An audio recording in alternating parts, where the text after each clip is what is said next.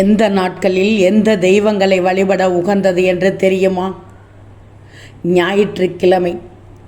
கண்ணுக்கு தெரிந்த கடவுளான சூரியனை வணங்குவது சிறந்தது. இதனால் உன்னையும் அறியாமல் செய்த பாவங்கள் நிச்சயமாக ஒழிந்துவிடும். திங்கட்கிழமை. சிவாலய தரிசனம் நன்மை தரும். இதனால் நல்ல அந்தஸ்து உண்டாகும். அம்பிகையையும் சிவபெருமானையும் வழிபடுவது இந்த நாளில் மிக மிக நல்லது.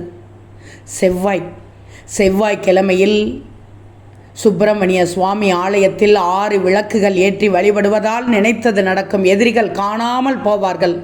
கந்த சஷ்டி கவசம் படிப்பதும் நிச்சயமாக நன்மை தரும். புதனன்று பெருமாளை வணங்கினால் உன் வாழ்க்கையில் மகிழ்ச்சி கிடைக்கும்.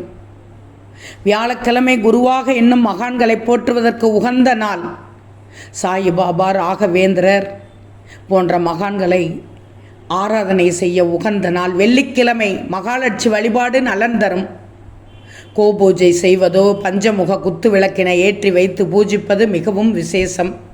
அம்பிகையின் ஆலயங்களில் தரிசிப்பது நன்மை தரும். சனிக்கிழமை ஆஞ்சநேயர், நந்திகேஸ்வரர், கருடாழ்வார் என இறைவனுக்கு தொண்டு செய்து இறைநிலை அடைந்த அடியவர்களை வணங்குவதற்கு உகந்த நாள்.